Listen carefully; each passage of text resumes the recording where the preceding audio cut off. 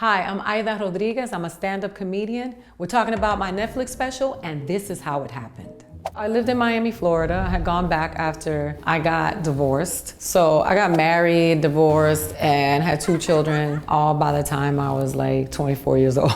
I just couldn't be in Miami anymore, having a regular job. I wanted to be a star because I always wanted to be a star since I was little. So I wrote a script and I submitted it to the Sundance Writers Lab. My script made it to the next phase of the competition. So I moved to California because I was like, I'm gonna make it. And I just packed up my kids, my 2 little babies, and I moved to California to pursue my dream as a filmmaker and an actress. I was very afraid. I was also very broke. A friend of mine was a travel agent and she loaned me the tickets. She booked the tickets for me. I still owe her that money. I gotta find you, Pat, because I owe you that money. So I didn't start doing stand-up until 7 years after I moved to LA. I started comedy after failing audition after audition after audition. People telling me there aren't that many roles for a 5'10" Puerto Rican Dominican. Stand-up gave me the power and the ability to perform every day without having Hollywood telling me yes. I became a stand-up comedian because the people around me who I believed were really good stand-up comics told me that I should be a stand-up comedian. So Speedy, who's like one of Jamie Foxx's best friends, he's a comedian, said to me, I'm gonna put you to the test. So he put me on a show in Arizona. It was like my very first time on stage. There were a couple thousand people in that audience. And I got paid $500 to do it, which is unheard of. No comedian ever gets paid at the beginning. But I performed for 5 minutes in front of this audience and I did really well. They say that happens with all stand-up comedians. They always do really well the very first time. It's the second time you go on stage when that adrenaline rush isn't there. I go on stage for first impressions at the Laugh Factory for Chocolate Sundays. The first few minutes, I'm killing it. Like the audience is rocking with me. They can feel my adrenaline. Pookie is the name of the guy who runs Chocolate Sundays. He had told me that he didn't think I was ready. And so when I was on stage and I was killing, he was in the middle of the room and I said, you said I wasn't ready, mother? Right after I said that, I started to bomb. And when I got off stage, that's when I said, I want to do this forever. I was working for this private bank and I moved into this other apartment because they were writing my apartment off as their West Coast office. And they stopped paying the rent. They didn't let me know. And so one day a sheriff comes knocking on my door, forces me and my 2 kids to evacuate the apartment. So I went from having this job, doing stand-up, living in this nice apartment, working for this company, to sleeping in my truck and sleeping in Best Westerns until my truck got repossessed, and then it was just the Best Westerns. It was so hard to get back on my feet after being without a place to live for so long because I had an eviction on my credit, I had a repossession because I lost everything, and then it was impossible to get an apartment with those things on your credit. I had to rebuild my life all over, start from scratch. I was in a Ralph's grocery store with my son and my daughter. I said, you know, guys, I think I'm gonna give it up. Like, I can't do this anymore. I don't wanna do this to you guys, and I think it's time for me to just go get a regular job and figure out life. And then my son said, if you quit comedy, my hero dies.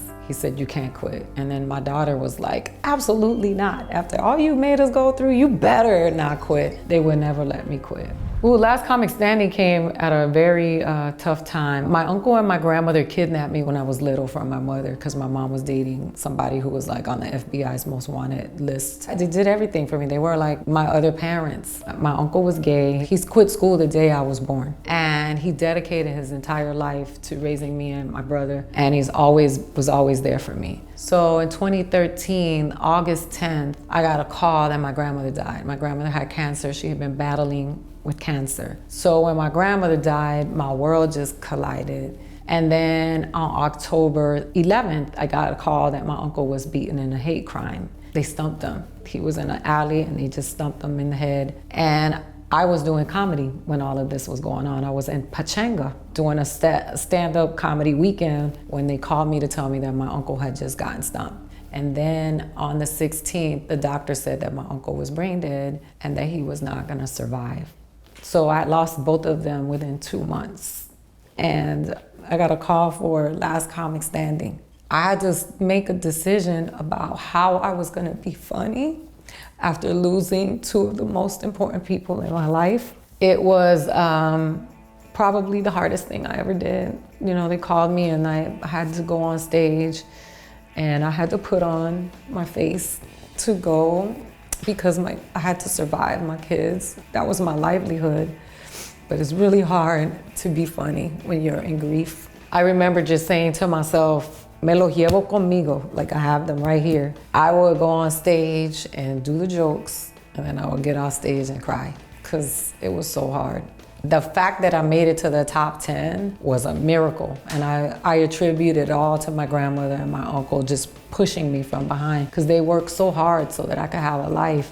And Last Comic Standing was cathartic because it was part of my healing. I had to go and I had to be funny and I had to represent all Latinos because I was the only Latina in top 10. So I felt all this pressure in addition to being in grief. I had to do it. I became a headliner. My money went up. I didn't have to go back to work. I got a place to live. It absolutely did change my life.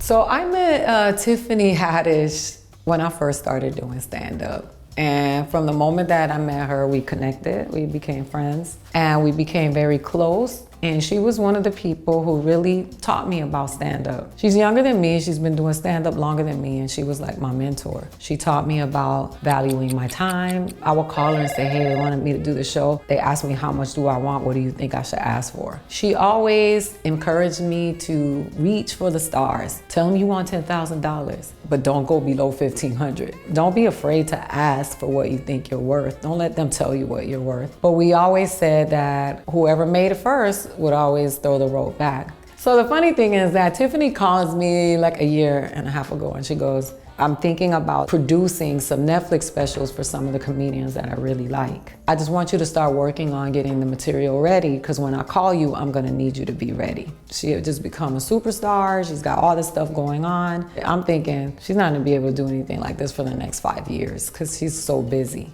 I'm on the road and I get a call and my agent is like, yo, you got a Netflix offer for a special that Tiffany's producing and it's here. And my mouth dropped because I was like, wow, that really did it. She said she was gonna do it and she did it. My special is very important to me and it's very special. I'm the only Latina on here and it means a lot to me. It's dedicated to my uncle and my grandmother. It comes out on August 13th on Netflix.